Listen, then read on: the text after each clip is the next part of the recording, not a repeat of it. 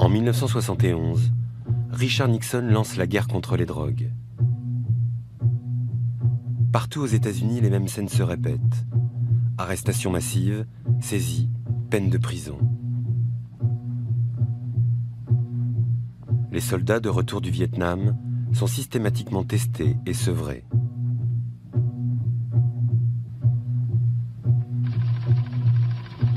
Premier producteur mondial d'héroïne, la France est dans le viseur de Washington. La mafia corse, pilier de la French Connection, est une cible prioritaire. Pendant 20 ans, ces filières corses ont prospéré grâce à un déni, grâce à une impunité, grâce à des protections. Et là, Nixon tape du poing sur la table. En France, on compte les premiers morts par overdose. La drogue devient un enjeu de santé publique. Pour le président Pompidou, la pression de Nixon arrive à point. Les services secrets échappent à tout contrôle. Il est temps de nettoyer les réseaux. Grâce à l'aide des Américains, qui envoient des machines, des voitures, qui prêtent du matériel, qui financent des opérations, eh bien, on va pouvoir démanteler un certain nombre de trafics et on va pouvoir mettre la main sur des vrais laboratoires clandestins. Washington prête à Paris des agents de sa nouvelle police antidrogue, la DEA. Spécialisée dans le renseignement, la DEA collabore aux enquêtes françaises. En 5 ans à peine, 3000 trafiquants sont appréhendés. Quelques chimistes de la mafia corse prennent la fuite. La French Connection est démantelée. La guerre contre les drogues de Nixon a été en un sens un brillant succès. Il a combiné la diplomatie au plus haut niveau et les activités répressives de la DEA pour concentrer toute la puissance des États-Unis contre les narcotiques. La première bataille est remportée. Mais au milieu des années 70, le marché des drogues explose partout dans le monde. La consommation atteint des niveaux encore jamais vus. Pour s'emparer de ce marché, une nouvelle génération de trafiquants va bâtir des organisations criminelles puissantes. On les appelle les barons de la drogue. À travers eux, se dessinent 4 stratégies de pouvoir qui vont transformer le trafic de drogue en une industrie mondialisée. Le crime organisé est le secteur le plus agile du monde. Vous le réprimez, vous le pressurez, il s'adaptera simplement aux conditions existantes. Comme l'eau, il suit le chemin de moindre résistance et il contourne toujours les obstacles.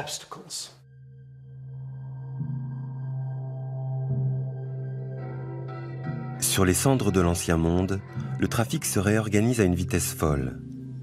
Au Mexique, les paysans qui produisent pavot et marijuana depuis les années 20 sont les premiers à le comprendre. L'élimination de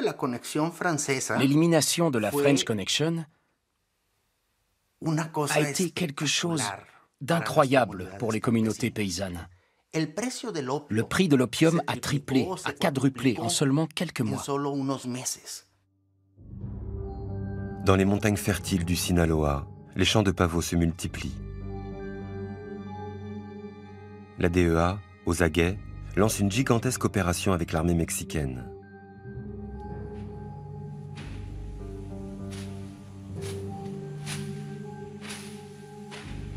En 1976, Washington fournit de quoi déverser toutes sortes de pesticides sur les champs de pavot et de marijuana. Des villages entiers doivent migrer. Petits producteurs et contrebandiers sont emprisonnés. Les paysans qui ont survécu à la violence ont survécu en devenant de bien meilleurs négociateurs, en étant beaucoup plus innovants, que ce soit dans la manière dont ils font de la contrebande que dans les substances qu'ils trafiquent. Les rescapés de cette vaste opération déplacent leur production et vont s'organiser sous l'égide d'un trafiquant issu lui aussi d'une famille pauvre du Sinaloa, Félix Gallardo. C'est un personnage très intéressant. C'est un ancien policier fédéral. Donc il comprend bien les rouages de la police, ce qui est important pour tout trafiquant de drogue. Il a aussi été le garde du corps du gouverneur de Sinaloa. Donc, il comprend le monde politique. Et il comprend le monde du trafic de drogue. Avoir un pied dans ces trois mondes, c'est la recette du succès. Félix Gallardo s'installe dans la deuxième ville du Mexique, Guadalajara. En fédérant les producteurs et trafiquants les plus habiles, il va rafler la quasi-totalité du marché de l'héroïne et de la marijuana du pays. Le premier grand cartel mexicain est né. Le cartel de Guadalajara accumule rapidement une fortune colossale. Félix Gallardo devient membre du conseil d'administration d'une banque mexicaine. Et il blanchit massivement l'argent de ses trafics internationaux et de tous les membres de son groupe. Grâce à sa banque, Félix Gallardo réinvestit son argent dans des activités légales. Devenu un businessman respecté, il se fond avec délectation parmi la bonne société mexicaine. La répression lancée quelques années plus tôt n'a pas permis de freiner l'ascension du premier baron de la drogue mexicain. Pire, elle l'a même facilité. Plus il y a de répression des forces de l'ordre, et plus la sélection naturelle opère. Seuls les plus habiles survivent. Ce sont les trafiquants qui sont les plus doués pour échapper aux forces de l'ordre. Ceux qui surpassent leurs rivaux parce qu'ils sont plus intelligents ou plus agressifs. Ceux qui savent mieux que les autres corrompre au minimum les autorités locales qui restent sur le ring.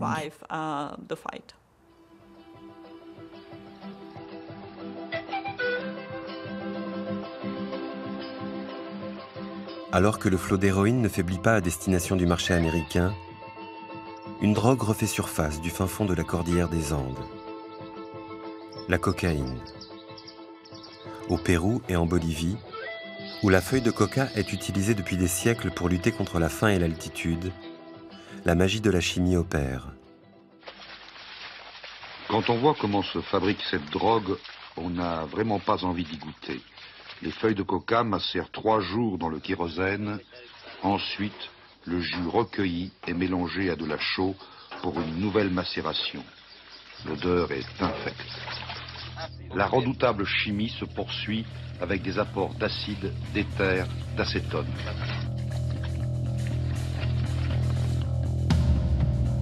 Au début des années 70, 1 gramme de coke vendu aux États-Unis rapporte $700.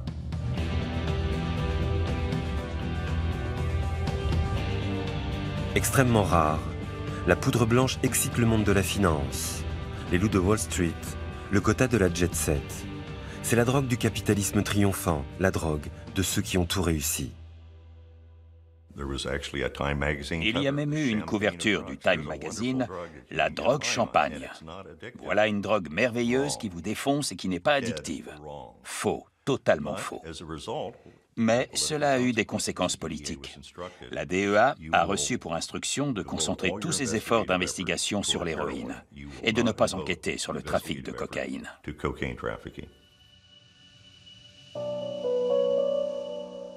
La voie est libre pour exploiter ce marché à grande échelle. En Colombie, quelques criminels vont s'y atteler, sans rencontrer le moindre obstacle. Pays pauvre, la Colombie est un immense territoire de jungle et de montagnes qui échappe au contrôle de l'État. Les contrebandiers y sont rois.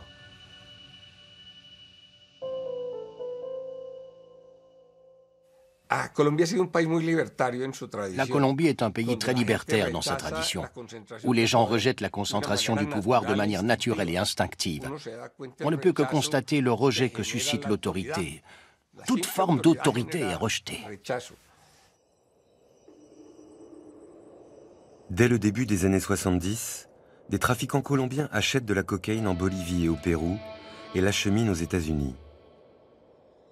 L'engouement sur le marché américain leur rapporte des liquidités folles.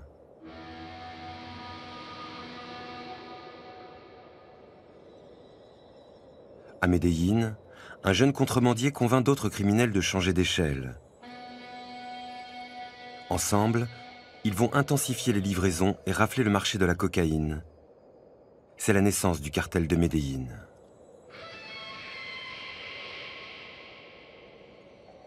Pablo Escobar was the enforcer. Pablo Escobar était le grand exécutant. Tous les trafiquants devaient lui verser un pourcentage. Il leur fournissait toute une série de services en échange. D'abord, il garantissait les livraisons. Il rassemblait les chargements de différents trafiquants. Il s'assurait que tout soit livré aux États-Unis. Si une cargaison était perdue, il la remboursait. Il n'a pas inventé le trafic de cocaïne, il l'a industrialisé, jusqu'à lui faire atteindre une échelle immense.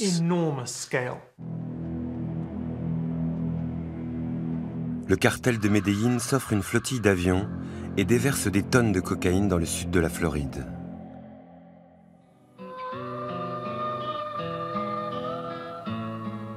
À Miami, la concurrence entre dealers fait rage. L'Amérique découvre la face sanglante de la cocaïne.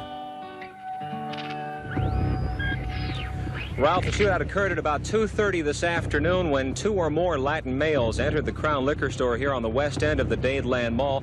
They were followed by 2 or 3 other Latin males, and then the shooting began. Around Dade County, the bodies are piling up almost faster than they can be counted. Yesterday, 2 men were killed in Medley when they threatened an armed man. In a bloody 24-hour stretch, both Dade County and There have been so many murders throughout Greater Miami lately that a special refrigerated truck is now being used by the Dade Medical Examiner's Office to store all the bodies. Saisie par l'ampleur de la violence, la DEA identifie le problème colombien. En 1979, le président Jimmy Carter impose à la Colombie un traité d'extradition. Tout trafiquant arrêté par la police colombienne sera jugé et emprisonné aux États-Unis. Escobar comprend la menace. Pour empêcher le Parlement de ratifier l'accord, il arrose massivement la classe politique colombienne. Mais il veut plus de garanties. En 1982, à 33 ans, Pablo Escobar entre en politique. Se présentant comme un riche homme d'affaires, il est élu député suppléant au Congrès colombien. El tratado de extradición viola la Constitución colombiana en 23 artículos, atenta contra los derechos humanos porque todo el pueblo colombiano está contra él y además porque es injusto.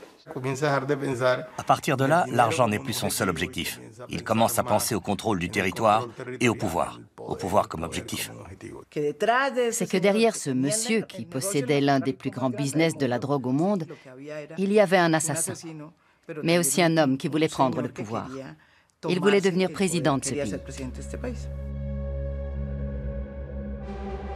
Infiltré au cœur de la démocratie colombienne, Pablo Escobar parvient à bloquer l'accord d'extradition.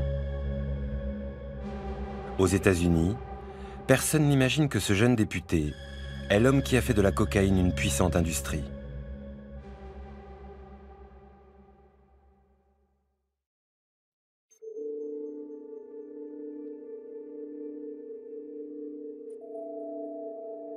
L'industrialisation du trafic de drogue est aussi en cours sur le continent asiatique.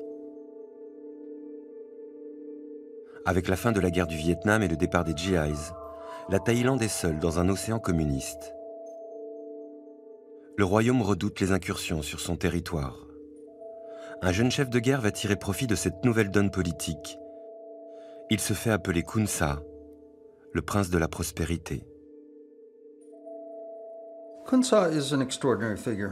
Sa est un personnage incroyable. Le genre de personne qui aurait pu avoir une vie de marchand sans importance, de paysan ou de petit commerçant, et qui devient un homme d'une puissance extraordinaire.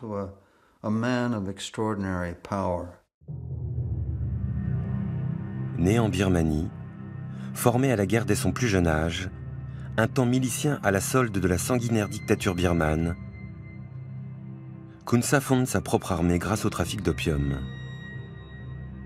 Bientôt à la tête de 2000 hommes en armes, il traverse la frontière et vend ses services au pouvoir thaïlandais.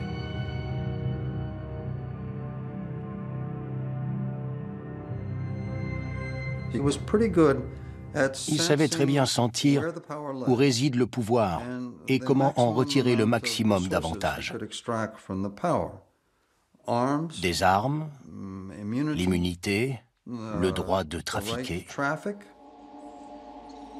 Le royaume de Thaïlande accueille Khun Sa à bras ouverts. Avec ses hommes en armes, il protégera la frontière thaïlandaise des agressions communistes. En échange, le prince de la prospérité a carte blanche pour ses trafics.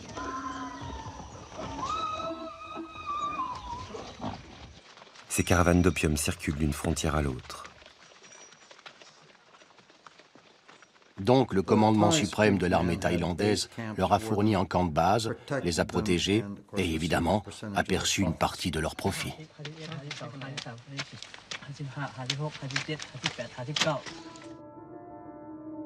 Khun Sa a bâti un très grand laboratoire d'héroïne et est devenu un puissant baron de la drogue. Khun Sa est repéré par la DEA. Mais la Thaïlande refuse de livrer son précieux allié à Washington. Face à cette impasse, des membres du Congrès américain tentent une nouvelle approche. L'un de leurs émissaires va négocier avec Khun Sa sous le regard du documentariste britannique Adrian Cowell. As we had introduced Joan Ellis, Chief Counsel of the Congressional Committee, we were allowed to film this historic meeting.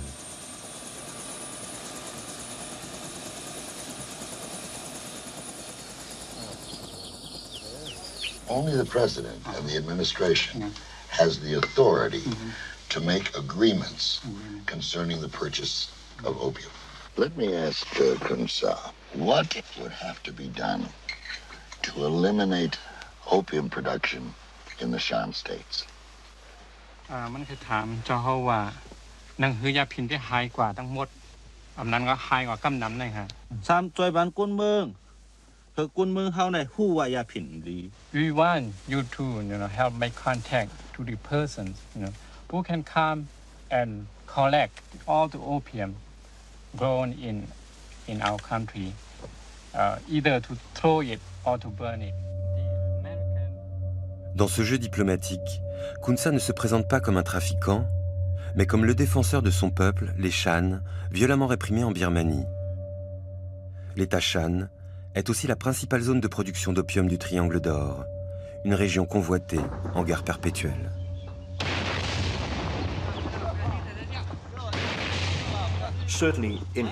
Au sein de son armée, il y avait bien sûr des gens qui se battaient sincèrement pour la cause des Shan, mais aussi beaucoup d'autres qui avaient des objectifs économiques. Et Khun Sa était très fin dans la manière dont il jouait de ses groupes au sein de son armée, disant publiquement qu'il se battait pour les droits des Shan et en même temps tirant un maximum de profit du trafic de drogue. Il était très fort à ce jeu-là. Khun Sa assure qu'il a le pouvoir de rassembler toute la production d'opium de l'État Shan pour la remettre aux États-Unis en échange de plusieurs millions de dollars afin d'aider son peuple. Le projet remonte jusqu'à la Maison-Blanche, mais Washington préfère la manière forte.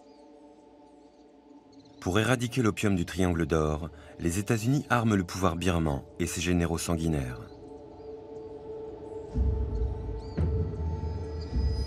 Les hélicoptères américains ne détruiront aucun champ d'opium.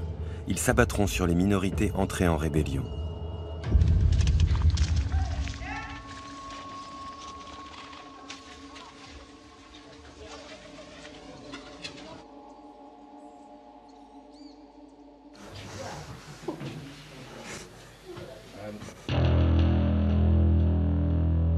Le prince de la prospérité peut poursuivre son ascension. L'opium alimente toujours ses laboratoires. Protégé en Thaïlande, le trafiquant augmente sa production et se fait désormais appeler le roi de l'héroïne.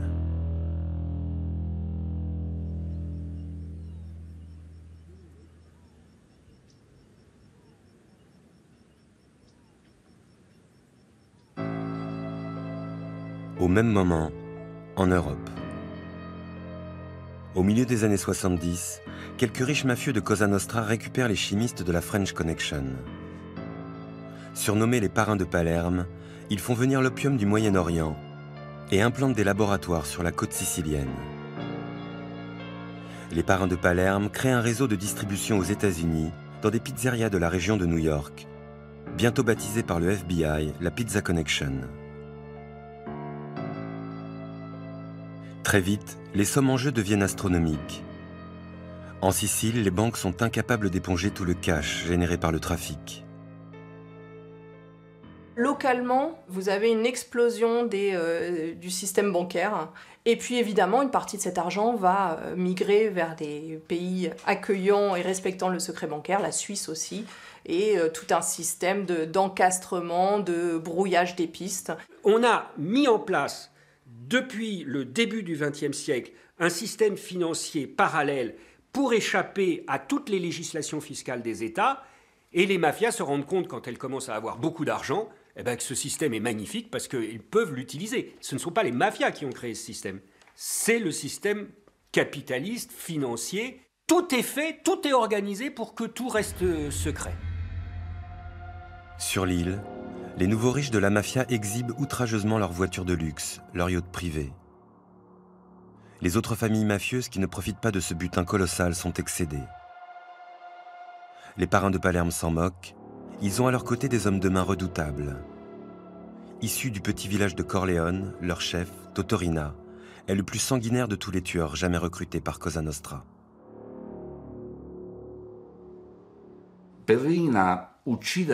Pour Rina, tuer un homme était aussi anodin que d'allumer une cigarette. Quand quelque chose ne tournait pas rond, il disait « on tue ».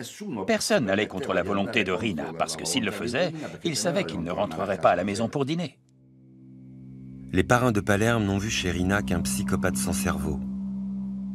Mais au lieu de liquider les familles fâchées avec l'organisation, Totorina les rassemble et souffle sur les braises. Les différents clans lui offrent des tueurs par dizaines.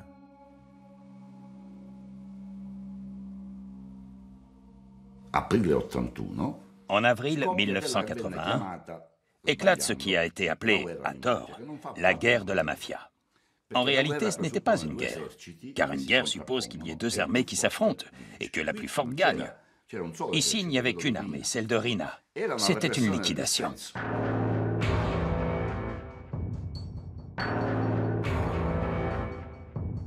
Ils tuaient des gens dans la rue, ils jetaient des cadavres devant les commissariats, ils procédaient à des exécutions spectaculaires, alors que généralement, les mafieux, dans la vieille tradition sicilienne, ils utilisaient ce qu'on appelle la lupara bianca, c'est-à-dire le meurtre sans cadavre, pour que justement persiste le doute. Mais non, il n'est pas mort, je l'ai vu qui partait aux États-Unis. Totorina laisse dans son sillage plus de 2000 cadavres et prend la tête de Cosa Nostra. Sous son règne, étourdie par les sommes folles que lui rapporte l'héroïne, la mafia sicilienne fait sauter les dernières digues. En 1982, le député communiste Pio La Torre soumet un projet de loi anti-mafia au Parlement. Quelques semaines plus tard, il est assassiné. Dans la phase précédente, quand tout se faisait dans la clandestinité, quand les projecteurs étaient éteints, on va dire qu'une bonne partie de l'État regardait ailleurs, pour utiliser un euphémisme. Grâce à Rina, grâce entre guillemets, on ne pouvait plus se permettre de regarder ailleurs. Il fallait envoyer un signal fort et montrer que l'État était présent et qu'il répondait. Le lendemain de la mort du député communiste, un nouveau préfet est nommé en Sicile. Un homme connu pour sa lutte contre le terrorisme, le général Dalla Chiesa, assassiné à son tour. Totorina, à partir des années 80, il est pris d'une sorte d'hubris. Il pense qu'il peut devenir le boss de tous les boss, mais en plus, il a cette idée complètement folle qu'il est capable de rivaliser avec l'État, voire même de dire, on lui prête ce mot, en Sicile, l'État c'est moi. La violence saisit d'effroi toute la classe politique, y compris les plus corrompus. Le Parlement adopte la loi du député communiste assassiné. Le mot « mafia » fait son apparition dans le code pénal italien. L'ennemi est identifié. Les premiers laboratoires sont démantelés. Des dizaines de petits mafieux sont arrêtés, mais il en faut plus pour déstabiliser l'organisation.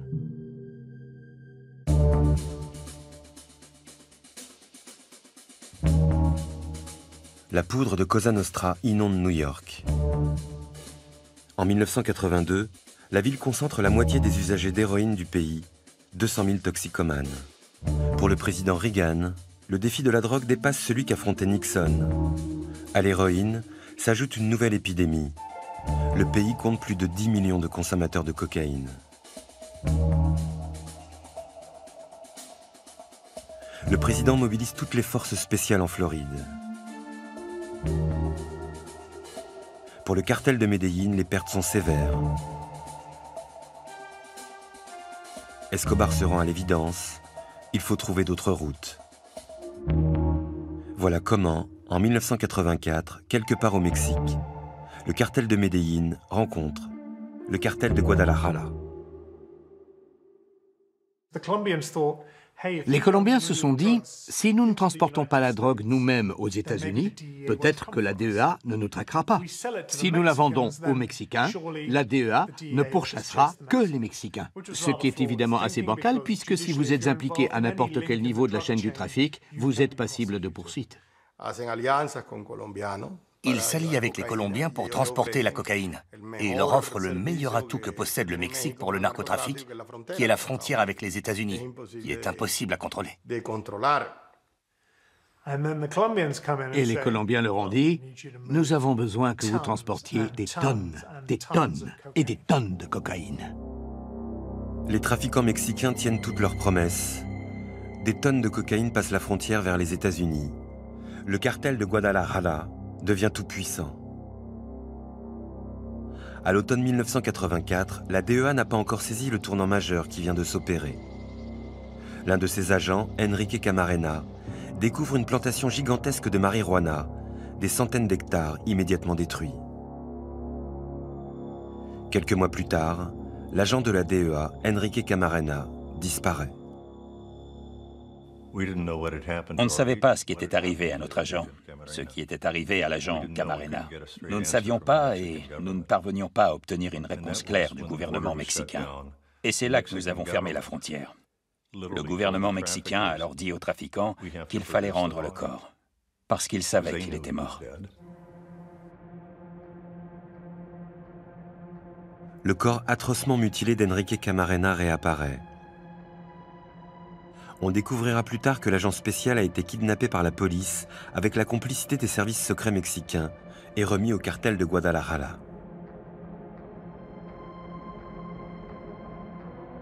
Les principaux associés de Gallardo seront arrêtés. Le baron, lui, plonge dans la clandestinité. Ce que l'enquête a révélé, c'est le très haut degré de corruption au Mexique, à un niveau qui n'avait jamais été exposé au grand jour jusqu'ici. Cela a dévoilé la corruption massive des services secrets et des agents du renseignement. Et cette évidence, c'était eux les véritables capots. C'était eux qui déterminaient quel trafiquant de drogue régnerait sur quel territoire. Et ils s'octroyaient des sommes immenses issues du trafic. On dit que cet argent remontait jusqu'au ministère de l'Intérieur. L'enquête de la DEA étale au grand jour le secret le mieux gardé du système politique mexicain. Le parti unique, le PRI, qui s'impose dans les années 30, maintient son emprise en racketant toutes les activités économiques, légales et illégales. Et lorsque le trafic de drogue s'enracine au Mexique, le pays devient un narco-État. Beaucoup de gens disent que le narcotrafic a pénétré le gouvernement mexicain. Je ne pense pas que le gouvernement mexicain ait été pénétré par quoi que ce soit. Le narcotrafic mexicain, la contrebande de drogue, fait partie intégrante du système. Les hommes qui gèrent le trafic au Mexique, en fin de compte, l'État leur propose un deal. Associez-vous au PRI et nous veillerons sur vos intérêts. Une offre impossible à refuser. S'ils ne l'acceptaient pas, l'État les écrasait.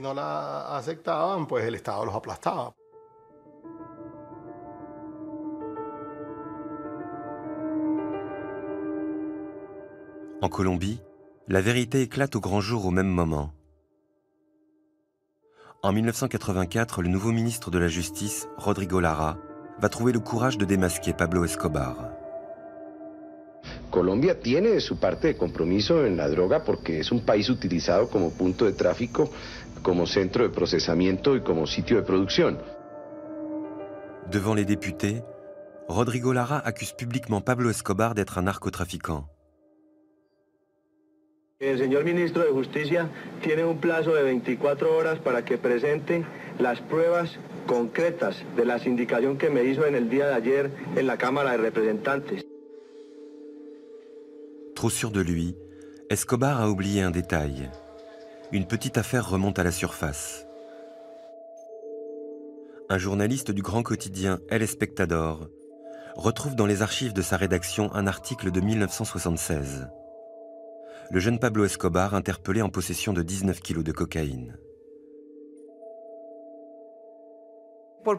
Pour la première fois, nous avions trouvé la preuve que Pablo Escobar, à qui personne ne pouvait rien dire parce qu'il n'y avait pas de preuves, était profondément impliqué dans le narcotrafic.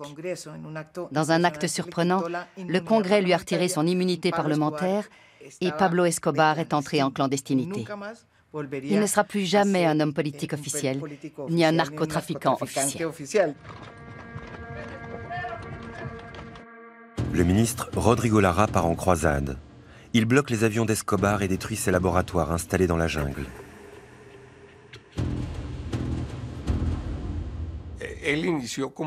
Il s'est lancé dans une course suicidaire contre Escobar.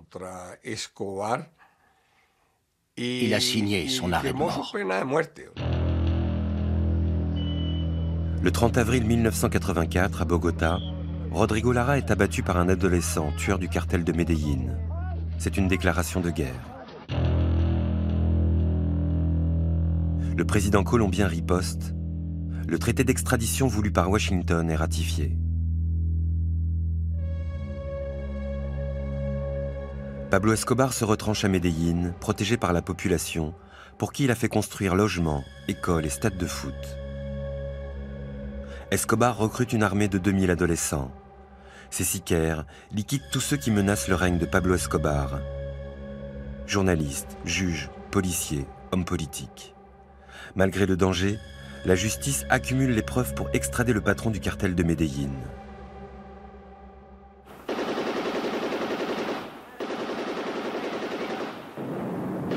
En 1985, Escobar pactise avec une guérilla marxiste, le M19, qui prend d'assaut le palais de justice de Bogota.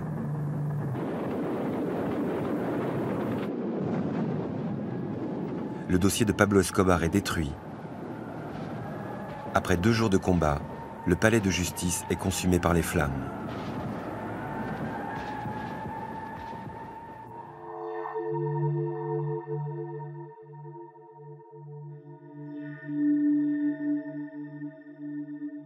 Pour les barons de la drogue, le passage en politique se révèle payant. Jouant de leur image de défenseurs des plus pauvres, des victimes d'un État répressif, ils capitalisent un fort soutien populaire. Et plus l'État les attaque, plus ils se renforcent. Au cœur du triangle d'or, Kunsa en fait la plus parfaite démonstration. Au début des années 80, la géopolitique a totalement changé dans la région. La Chine est entrée dans le concert des nations. La paix revient et le royaume thaïlandais n'a plus besoin de ses alliés encombrants. Le roi de l'héroïne, devenu inutile, est chassé et trouve refuge en Birmanie, sa terre natale. Kunsa implante ses laboratoires dans l'État Shan sans rencontrer la moindre opposition de la part de la dictature birmane. Il a dû les payer, donner de l'argent au commandant de l'armée dans la région. Il est difficile d'apporter des preuves, évidemment, mais si l'on regarde la façon dont les choses se sont développées au cours des années, il est assez évident qu'il y a eu des petits arrangements. Il a essayé de nouer des relations avec les généraux de l'armée birmane, les commandants. Et ils sont devenus amis. La dictature birmane est l'une des plus répressives au monde. En 20 ans de pouvoir, les militaires ont appauvri le pays et provoqué le soulèvement de dizaines de minorités. En faisant de Khun Sa leur allié, les généraux birmans s'achètent la paix dans l'État Shan, un quart du pays. Khun Sa leur offre ce qui compte le plus à leurs yeux, la stabilité dans une région en permanente rébellion. Khun Sa a fait quelque chose d'extraordinaire. Petit à petit, en assassinant les autres leaders, en utilisant des menaces de mort, il a forcé les Shan, le mouvement Shan qui était très divisé, à le respecter de plus en plus comme leur leader. Et il a bâti une armée de 20 000 hommes. Il disait qu'avoir une grande armée ne sert pas à se battre.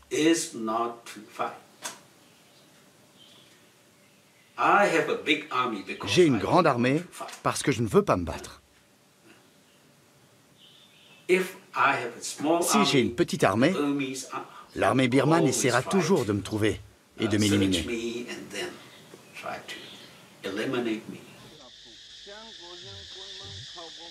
L'armée birmane n'attaquera pas Khun Sa. Et Khun Sa pourra continuer à se présenter comme le grand défenseur de son peuple, les Shan, tout en faisant tourner à plein ses nouveaux laboratoires.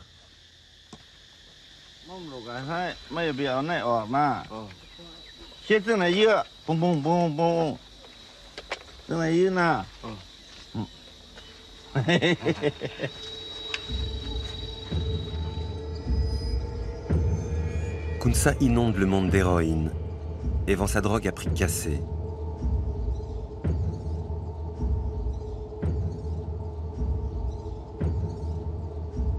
Dans les années 80, en Europe, les seringues passent de bras en bras. L'addiction et le sida se répandent, semant la mort.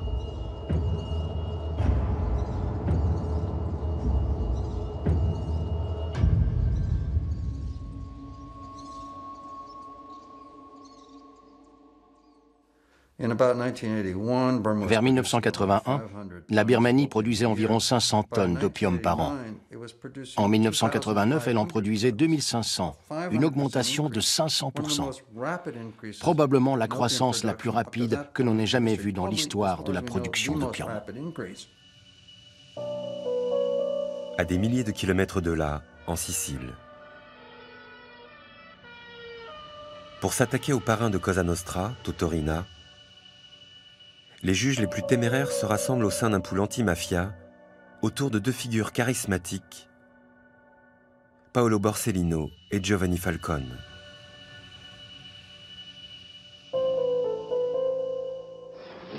Pensez-vous qu'un jour, nous verrons la fin de la mafia?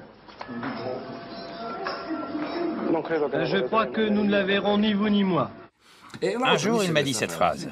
Tu sais, Giuseppe, la drogue ne laisse pas de traces. Tu tombes sur un flagrant délit et tu saisis, ou rien. Mais l'argent laisse des traces. Il était évident qu'il fallait s'attaquer au patrimoine des mafieux. On va s'intéresser aux flux financiers. Donc lui va vraiment, avant même qu'il y ait une législation anti-blanchiment, essayer de suivre l'argent sale et attaquer, entre guillemets, les mafieux au portefeuille. Donc il va effectivement mener des enquêtes financières très poussées, ce qui va dire qu'il va aussi apprendre énormément du fonctionnement des marchés financiers, des systèmes bancaires, du secret bancaire. Le juge Falcone suit la piste financière dans les paradis fiscaux, en Suisse, au Panama, à Guernesey, et lance plus de 20 000 investigations bancaires. La méthode Falcone, suivre l'argent, traverse l'Atlantique. Aux États-Unis, le juge noue des liens avec le FBI pour traquer la Pizza Connection.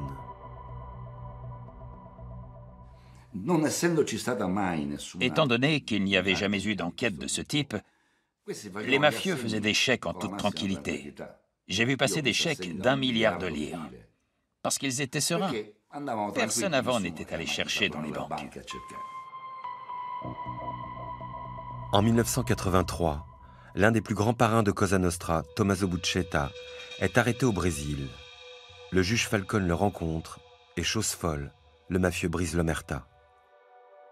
Lui a été une victime de la répression féroce de Totorina qui a tué quasiment toute sa famille. Il est donc seul et pour se venger, il va révéler tous les secrets du fonctionnement intérieur de Cosa Nostra au juge Falcone. Le témoignage de Tommaso Buscetta accélère les enquêtes financières de Falcone et du FBI. Une vague d'arrestations permet l'ouverture des 2 plus grands procès jamais intentés contre la mafia. Le maxi-procès de Palerme et celui de la Pizza Connection. En Sicile, 450 suspects sont sur le banc des accusés. Au terme de 2 ans de procès, le verdict tombe. 360 condamnations. Un total de 2500 années de prison. Totorina, en cavale, est condamné à perpétuité. À New York, les patrons de la Pizza Connection et leurs associés tombent également.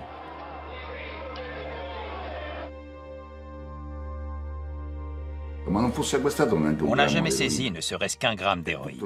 Tout a été reconstruit grâce à la coopération internationale et les virements bancaires. S'il n'y avait pas eu Falcone, toute cette enquête n'aurait pas pu être menée. Grâce à Falcone, les termes blanchiment d'argent sale et compte offshore entrent dans le langage courant. Le juge italien vient de trouver l'arme fatale qui peut briser tous les trafics, traquer l'argent là où il est, dans les banques. Cela fait bien plus peur aux trafiquants que l'élimination de leur chef. Et quand il est question de blanchiment d'argent, c'est sur les marchés internationaux que l'on peut porter des coups sévères. On attaque le trafic de drogue par le blanchiment, alors que la question du blanchiment, elle est immensément plus large que seulement ça. L'argent, on fait tout pour qu'il puisse circuler de façon la plus libre possible. Il y a une dérégulation qui fait qu'il y a une fluidité des mouvements des capitaux, des personnes et des marchandises, mais chaque État reste libre aussi de faire de son État un paradis fiscal ou non, d'avoir un régime fiscal ou un régime d'anonymat bancaire spécifique. Mais en ces premières années de mondialisation financière, aucun État ne peut se permettre de toucher au fondement du système. Reagan revient aux méthodes anciennes, la force et la diplomatie.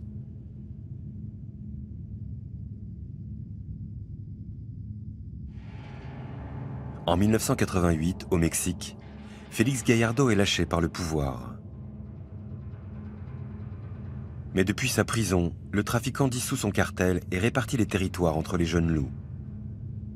On perd la trace d'une grande organisation facilement identifiable. Désormais, chaque poste frontière est contrôlé par un nouveau cartel. Washington ne le comprendra que bien plus tard.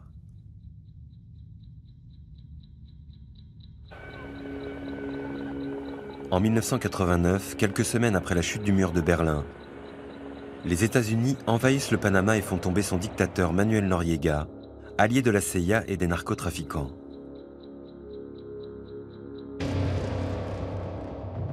Dans sa lutte anti-drogue, l'Amérique se libère de ses logiques de guerre froide. En Colombie, la rumeur d'une intervention militaire de Washington fait la une des journaux. Pablo Escobar ne veut pas finir dans une prison américaine. Sa tête, il faudra venir la prendre sur une montagne de cadavres. Tant que le Parlement n'annule pas le traité d'extradition, ce sera la terreur à tous les coins de rue.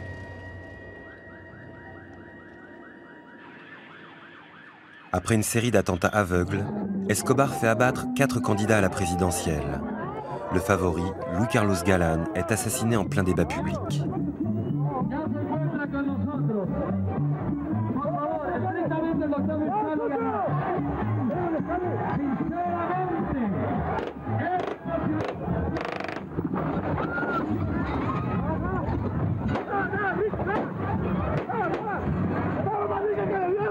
Il est remplacé par son chef de campagne, César Gaviria, qui échappe de peu à un attentat.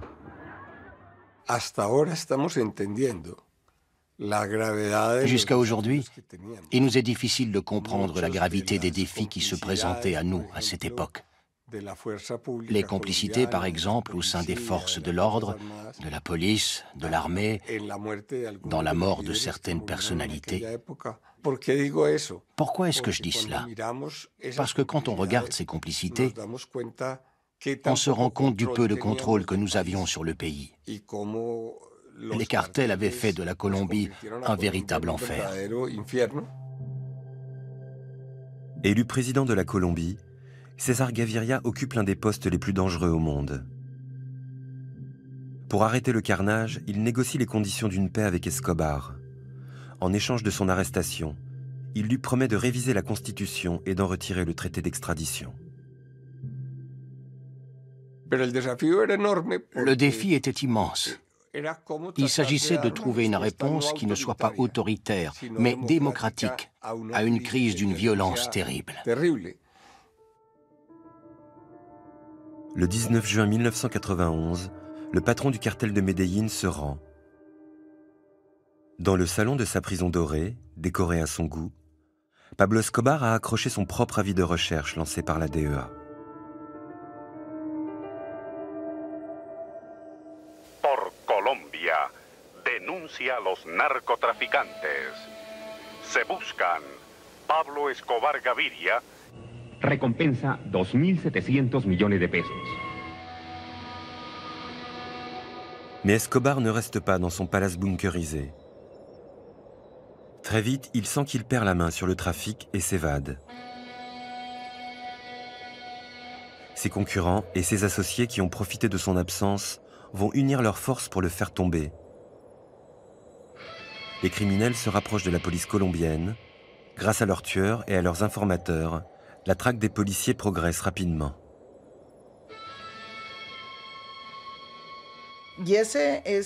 C'est un très grand risque qui a été pris. Et c'est une chose que j'ai toujours questionnée dans cette lutte contre les drogues. Que pour en finir avec un trafiquant, l'État s'allie avec son ennemi.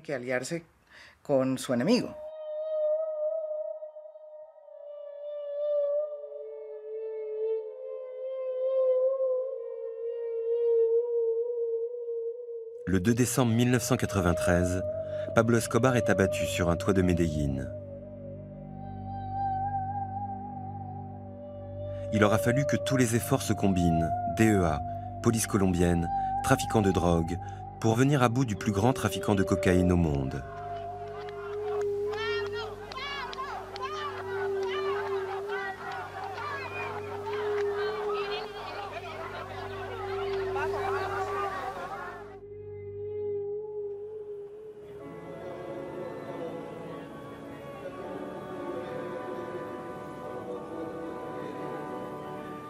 Le 25 mai 1992, l'Italie tout entière est en deuil.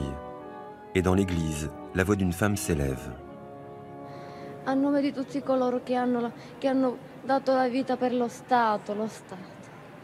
Chiedo innanzitutto che venga fatta giustizia, adesso, rivolgendomi agli uomini della mafia, perché ci sono qua dentro. Io vi perdono, però mi dovete mettere in ginocchio. Se avete il coraggio di cambiare, loro non cambiano. Avete il coraggio? Di cambiare, di cambiare. Oh, che coraggio.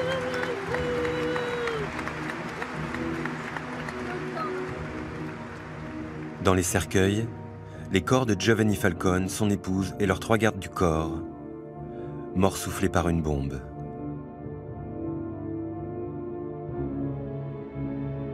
Derrière ce crime mafieux, la foule voit la responsabilité du système politique qui a toujours protégé Cosa Nostra.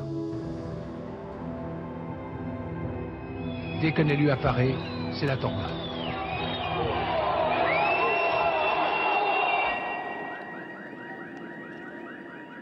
À son tour, le juge Paolo Borsellino meurt dans un attentat à Palerme.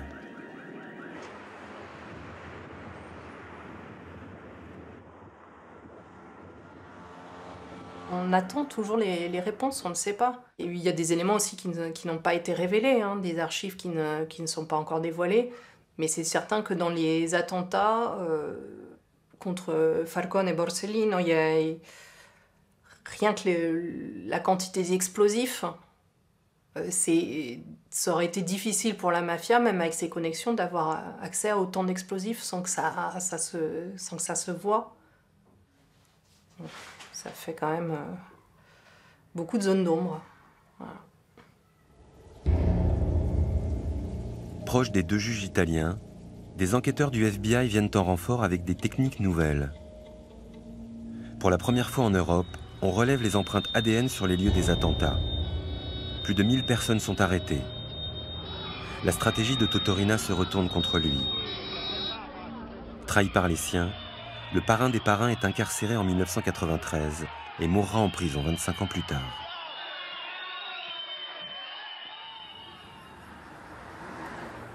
Cosa Nostra est fragilisée par les arrestations et les repentis.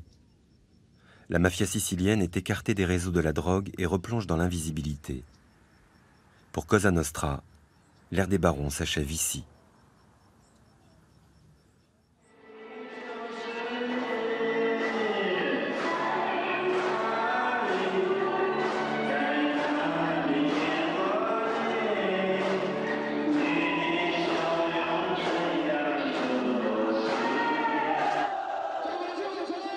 Il ne reste qu'un seul grand baron encore en place, Kunsa.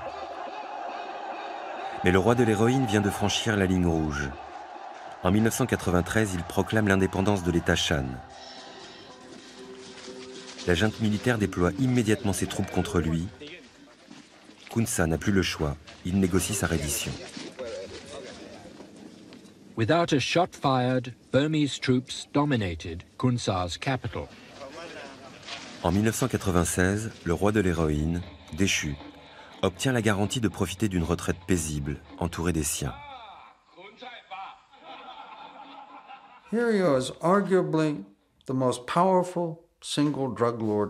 Il était sans doute l'un des plus grands barons de la drogue. Pourtant, quand il est tombé, la chute du plus grand baron de l'histoire a eu très peu d'impact sur le trafic.